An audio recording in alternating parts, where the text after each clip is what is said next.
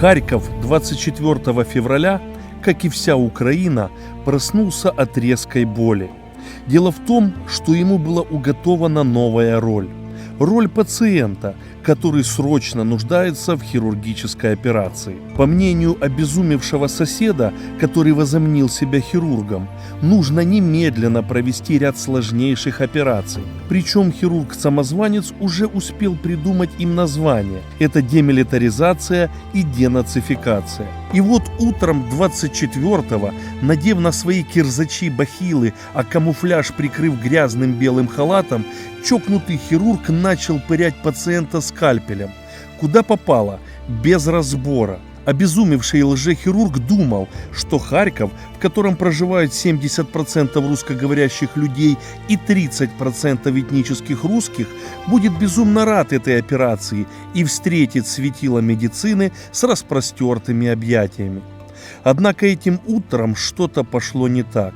Взвыв от боли и собрав всю свою волю в кулак, Харьков, как и вся Украина, начал защищаться.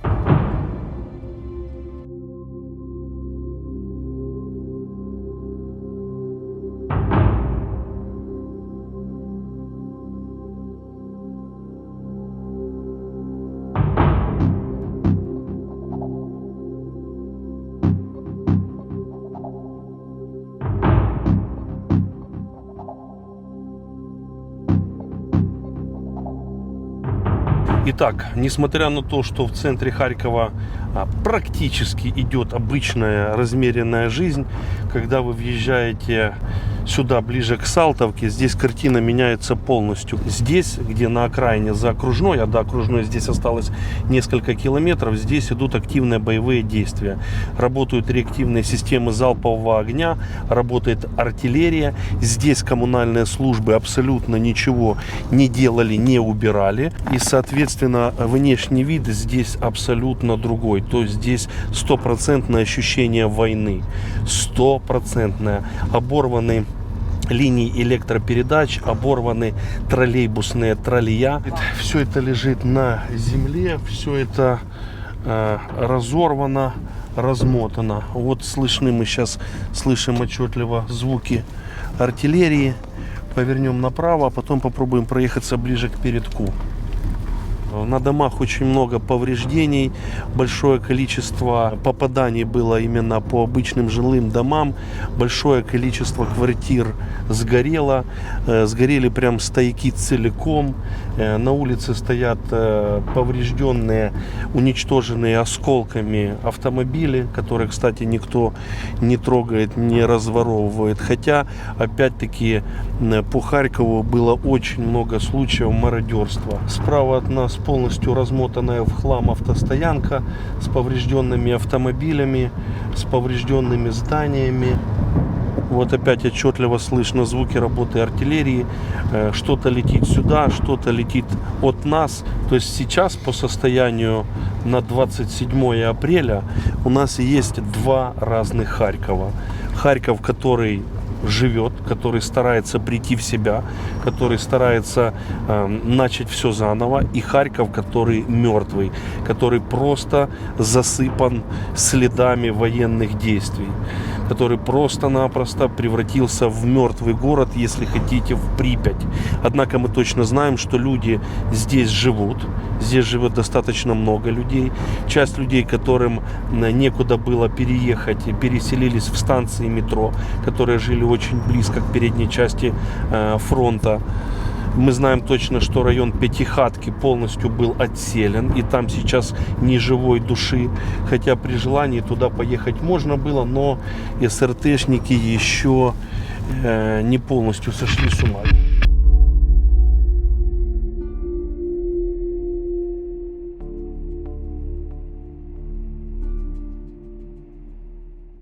Опять-таки район Салтовка, панельный 9-этажный дом, 5-6 этаж разрушены, обрушение стены лицевой произошло, и дальше тоже по лестничной площадке вообще практически ничего не осталось.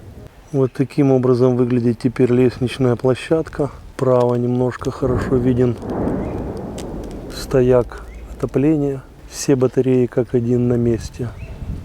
И некогда мусоропровод который остался только на верхних этажах. Как-то усилились у нас взрывы.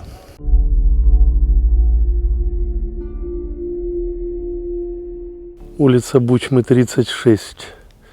Опять-таки девятиэтажный панельный дом. И сразу же возле него большая воронка. И, естественно, весь фасад дома поврежден. Нет фактически ни одного целого окна. Следы пожаров в квартирах. В общем, классическая картина для Салтовки.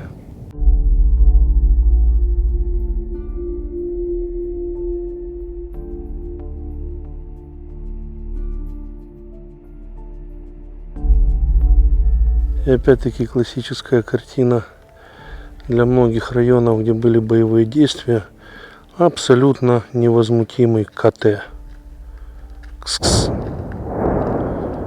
Который уже никак не реагирует на звуки.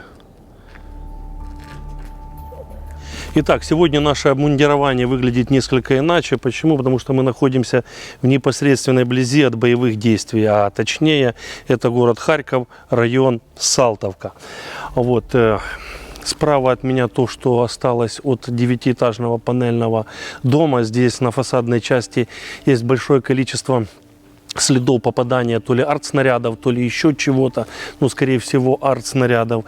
В доме практически нет ни одного стекла. И, естественно, здесь никто на данный момент не живет. Слева от нас, наверное, километрах в 3-4 постоянно раздаются взрывы, вы уже их слышали.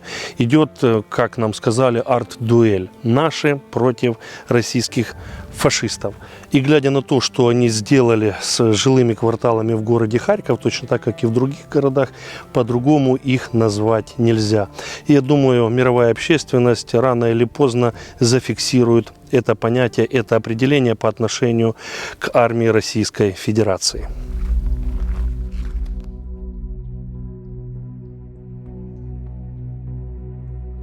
Здесь, чем ближе к передней части, тем картина все печальнее и печальней.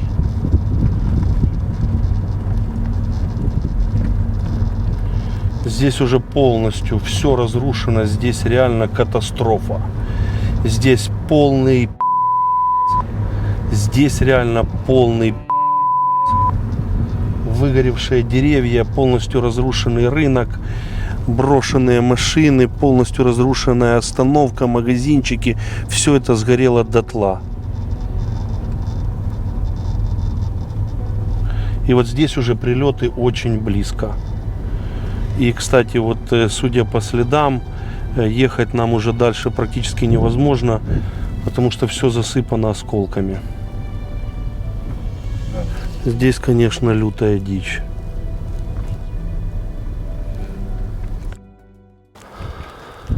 Друзья, начало второй северной Салтовки. Мы сюда приехали.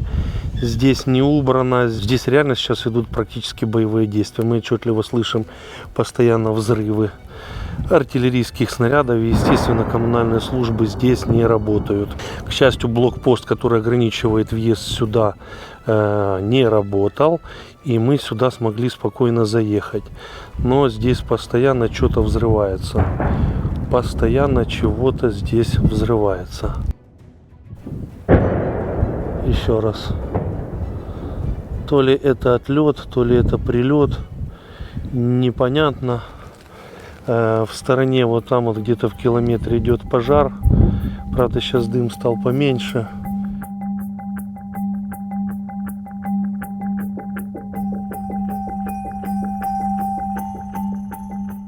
Боевой оператор Александр, как всегда, на своем посту.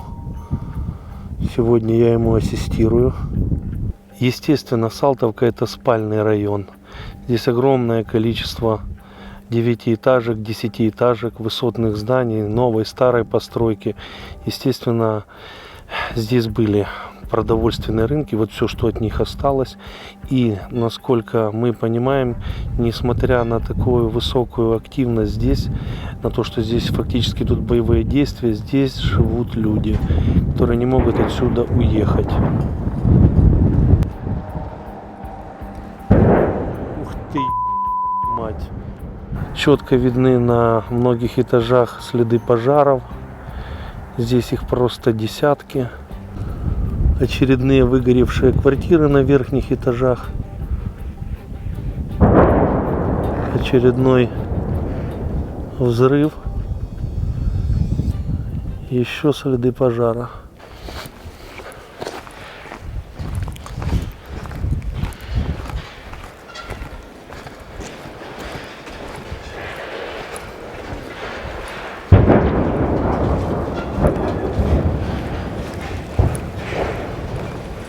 Део Матис, не удалось ему выбраться из Салтовки, так и остался здесь стоять. А вот во что превратился продовольственный рынок. Отличная, конечно, инсталляция для съемок какого-нибудь фильма ужасов с соответствующими звуками.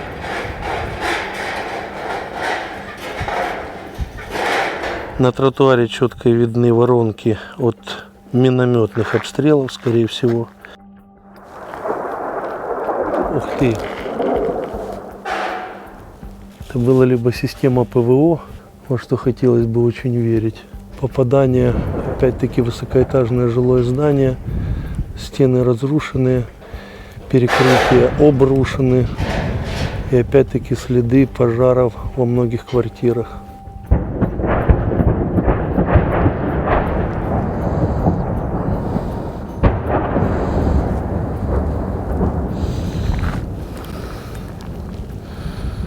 Да, здесь имеем воронки размером побольше, то ли от работы артиллерии, то ли от ракетных систем залпового огня.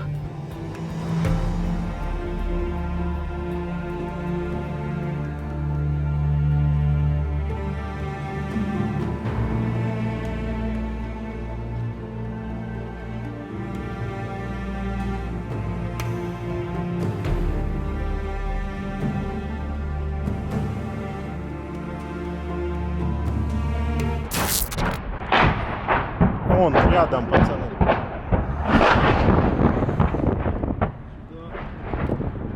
Это жесть, конечно.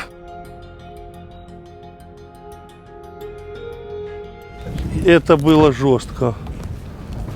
Это было жестко. Здрасте. Нас фотографировать не надо, вон дом. Не-не-не, мы вас и не будем фотографировать. Не-не-не. А тут кто-то живет еще? Живут люди. А что ж вы думаете, вот я работаю.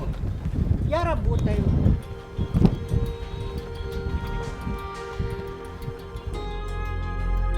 Так, здесь мы в частном секторе. Снаряд попал именно в какое-то здание. Сейчас пожар, естественно. Да, в жилой дом, естественно, от него ничего не осталось. И тушить его здесь, в этом месте, никто не собирается. 2 дня было тихо, сегодня начали опять, да? Да, да. Валим отсюда. И вон.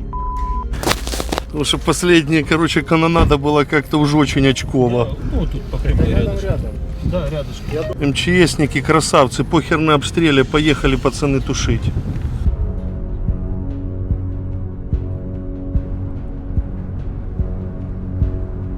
Покидая Салтовку, мы поняли, что только что находились в состоянии какого-то гипноза. Мертвые дома, безлюдные улицы, звуки разрывающихся артснарядов и животный страх. Весь этот коктейль непонятным гипнотическим способом заставлял нас подходить все ближе и ближе к линии разграничения. Однако, несмотря на весь этот ужас, многие районы Харькова начинают оживать и приходить в себя. И во многом это происходит благодаря таким людям, как Константин. Уроженец славного города Донецка. Жил, не тужил до 2014-го. Но потом началась непонятная история, а по сути война. Переехал в Киев, сам по образованию юрист. Уже это проходили в 2014 году. Уже вспомнились давно забытые звуки прилет-отлет. Вот. Ну и, собственно говоря, начали, так сказать, сначала сами искать какой-то груз. Потом оно как-то пошло, вот начали организационной больше деятельностью заниматься. И вот у нас получился такой вот гуманитарный центр. Собираем кто что даст, из этого делаем наборы, помогаем людям. Здесь накапливается, в подвале сортируется, там же еще один склад, холодный, грубо говоря. И потом к назначенному времени приезжает машина, загружаем, едем на место, выдаем людям. Это женская раздевалка, 2-й этаж. Собственно говоря, здесь появилась такая вот вентиляция. Благодаря ребятам-волонтерам мы это убрали, немножко там демонтировали то, что висело. Скажем так, выглядит оно теперь более-менее прилично. Вскоре после прилетов были дожди, и нас здесь неплохо залило. Это склад 2-го этажа, бывший спортзал. Здесь у нас хранится часть лекарств, одежда и детские аксессуары, скажем так, коляски, кресла автомобильные, манежи и так далее. Получатели у нас делятся, скажем так, на несколько категорий. То есть это индивидуальная выдача, когда люди, там, пенсионеры в основном болеют, да, там, не могут передвигаться и так далее. То есть им мы доставляем отдельно, это довольно тяжело, потому что занимает много времени, транспорт и так далее. Массовые выдачи происходят в наиболее пострадавших районах. Туда мы просто людей приглашаем, обзваниваем, они подходят, получают наборы. Также мы снабжаем область. Там очень большое количество переселенцев. Люди, которые зачастую выезжали из дома там, в одной одежде, в зимней, да, и они сейчас нуждаются и в одежде, и в гигиене, и в продуктах питания. Бывший гардероб, ныне основной цех, где фасуются наборы продуктовые. То есть, и по совместительству я бы назвал это холодным складом. Да, больше гигиена, здесь детское питание, ну и дальше по категориям. То есть таблички соответствуют.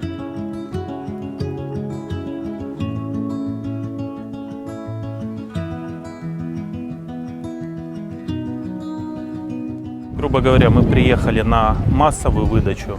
Самый, пожалуй, психологически для нас сложный эпизод и организационно. Если первые разы мы просто выдавали, да, то есть имели какое-то количество наборов, продуктов и раздавали их, то сейчас для того, чтобы хоть как-то упорядочить, мы по местным группам Вайбера и так далее пишем информацию, что планируется. Да? То есть мы получаем какие-то заявки, видим, что район нуждается, распространяем, что мы планируем к ним приехать, люди записываются, и мы по списку выдаем. То есть это нас страхует от того, чтобы кто-то получал по нескольку наборов в одни руки. Такие прецеденты были. Это обидно, потому что нуждающихся, к сожалению, больше, чем наших возможностей. Поэтому мы сейчас пришли вот к такому территориальному принципу. То есть люди записались, мы их по улицам структурировали, они подошли, получили. Это ускоряет процесс и помогает нам это как-то упорядочить. Опять же, сейчас мы в спокойном районе, да, то есть он не богатый, он окраинный, но он спокойный. А когда районы более горячие, скажем так, то там это еще и элемент нашей безопасности, да, то есть чтобы мы людей не подвергали риску и не мурыжили их там в течение часа-полутора на выдаче. То есть мы быстренько отстрелялись, 30 минут и уехали.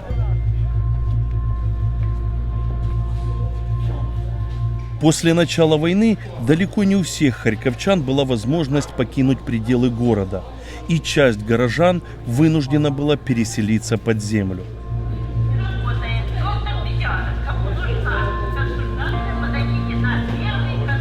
Раньше такую картину ты мог увидеть только в какой-то фантастической драме голливудского режиссера, а теперь видишь все собственными глазами. Компотика могу дать. Думаю, что работы нет, и надо как-то помогать людям, потому что людям очень тяжело. И я нашел телефоны, мне привозят гуманитарку, вот, я ее готовлю, и уже утром там, или в обед, или вечером я уже разношу людям. В метро мы как родные все стали, потому что мы друг друга знаем. Дети меня знают, люди уже знают, уже приходят, обнимаемся, говорю, они просто радуются, когда приходят уже.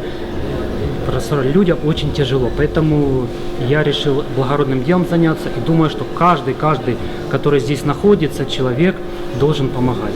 Когда началась война, мы бегали в школу, мы прятались в коридоры, когда самолеты летели, дочка у меня тоже здесь, дочка плакала очень, потому что летели самолеты, мы думали, сейчас бомба влетит и мы взорвемся. Обустроить свой быт на гранитном полу или в вагоне метро – задача непростая.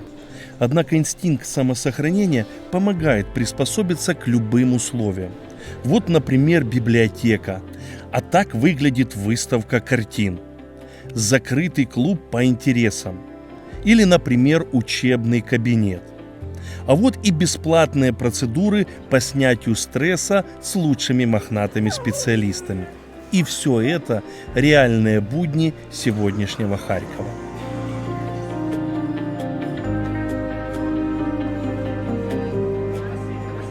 Харьков, станция метро Студенческая. Вы знаете, глядя на всю эту атмосферу, на то, как люди живут здесь уже 2 месяца, мне почему-то вспоминается то, как наши люди ведут себя за границей в тех странах, где приютили беженцев из Украины. И в частности, нам хорошо известны факты, как ведут себя некоторые наши соотечественники в Голландии. Например, им дико не нравится то, что их поселили в комнату на 24 кровати, либо им категорически не по душе двухразовое бесплатное питание, которое состоит из бутербродов. Так вот, хотелось бы, очень хотелось, чтобы эти люди, которые возмущены европейским гостеприимством, хотя бы неделю прожили здесь, на станции метро Студенческая, разместив свою кровать на бетонном полу, либо в вагоне метро, и периодически бегая домой под обстрелами для того, чтобы привести себя в порядок. Вот очень бы хотелось. А здесь, конечно, людям хочется очень крепко посочувствовать и пожелать скорейшего возвращения в свои родные квартиры. Двигаемся дальше.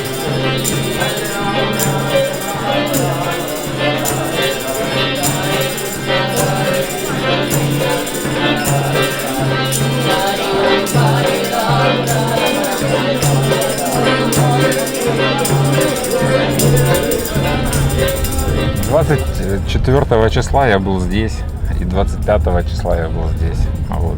Ну, сначала было много шума, вот, очень много. Вот. Все люди очень испугались. Понятно было сразу, что все это всерьез, ну, как бы по-настоящему. Я родился, вырос в Донецке, уже больше 10 лет живу в Киеве. Как бы лучший рецепт противостоять всему этому – это найти сразу себе какое-то применение. Потому что полно у меня знакомых, друзей, которые все были сначала испуганы. Вон Татьяна тоже мы специально приезжали вытаскивать, чтобы хоть по городу ее повозить, чтобы было видно, что есть жизнь не только в интернете. То есть у всех испуг, у людей возникает сразу такой ажиотажный спрос, люди начинают выгребать какими-то невероятными количествами бензин, продукты питания, все такое прочее, которое, ну, то есть есть опасения, что больше этого никогда не будет, и поэтому в МИХ, что в Киеве, что потом увидели, собственно говоря, и в Харькове, стало так. То есть все в одночасье вдруг закрылось и перестало быть доступным все необходимое. В Харькове нет продуктового голода. Ну, то есть продукты, все есть, все в наличии, все доступно. Но вот уже 2 месяца очень многие потеряли источник доходов, работу. Вот, поэтому купить все можно. Вот. Вопрос в том, что часто не за что. То большая часть людей сохраняют свою человечность. Вот, ну, по крайней мере, все, которые на сегодняшний день встречались, то есть люди готовы помогать друг другу, сочувствовать там, словом, делом.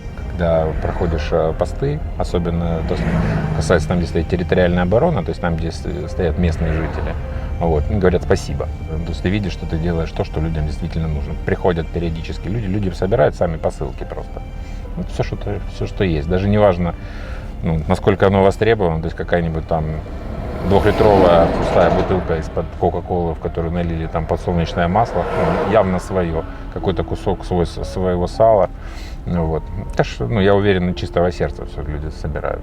Вот, на чистого сердца, ну, то есть это без, как говорите, знаете, без дули в кармане. Вот так вот. И они взамен не просят ничего. И наша, чисто по-человечески, человеческий такой долг, наверное.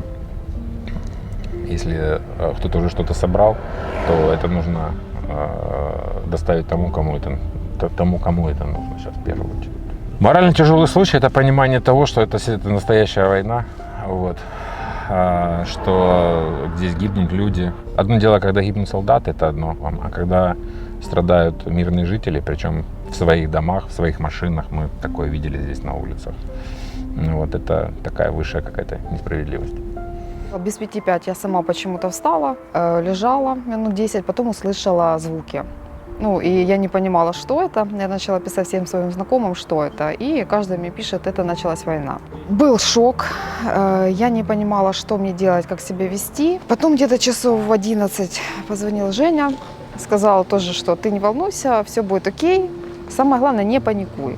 И вот в таком спокойствии я была, ну, как сказать, месяц. Потом они заехали и сказали, давай выходи. Поехали покатаемся, мы тебе покажем, что делается на самом деле, и давай как бы включаться, нужно помогать людям. И я включилась, сколько мы, больше месяца вот этим занимаемся. Я уже, в общем-то, не слышу вот эти шумы. Они есть, когда я встаю, что там было, да, там бахкали, но из-за того, что я целый день в каком-то движении и что-то делаю, я уже этого не слышу.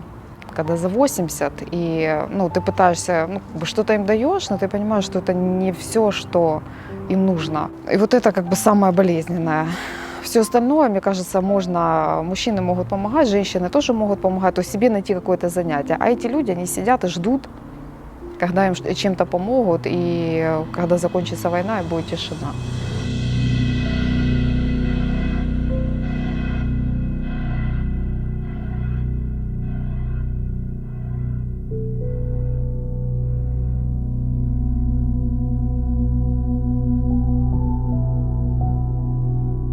Сейчас, стоя возле специализированной школы номер 134 в городе Харьков, которая полностью разрушена, у меня возникает вопрос к нашим иностранным зрителям с повышенным содержанием ваты в голове, которые постоянно вопят о 8 лет в Донбассе, о бомбардировках мирного населения в Луганске и Донецке. Все эти комментарии, которые пишутся как под копирку. Так вот, в чем заключается мой вопрос?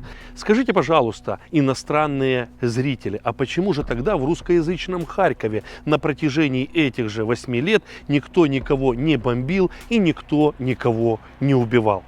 Ответ ведь очень простой, потому что здесь не было Российской Федерации.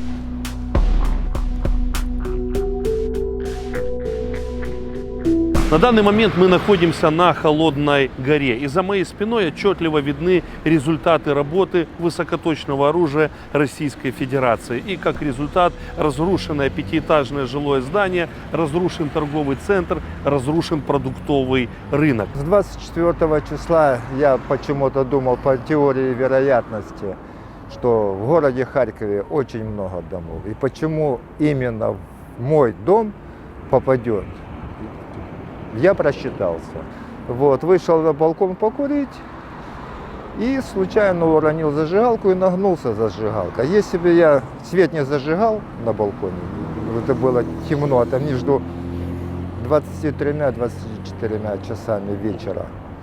Я нагнулся в этот момент, увидел вспышку и одновременно взрыв. И очнулся уже, когда было светло, в комнате под балконной дверью. Окна забил пленкой. Проживание, сами видите, какое. Воды нету, канализация не работала, отопительные приборы размерзлись. Вот. Полы сырые, потому что побежала вода на полы. Вот в таких условиях мы сейчас проживаем. Оживает Харьков. Убрали мусор, здесь же было все мусором засыпано, стекол было, рамы повылетали, видите же, вместе со стеклами. Все убрали, администрация работает.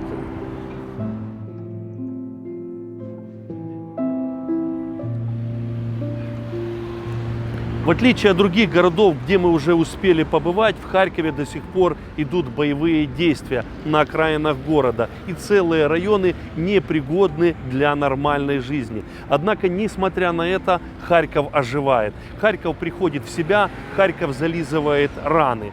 И я точно уверен в том, что харьковчане еще долго будут помнить последствия русского мира.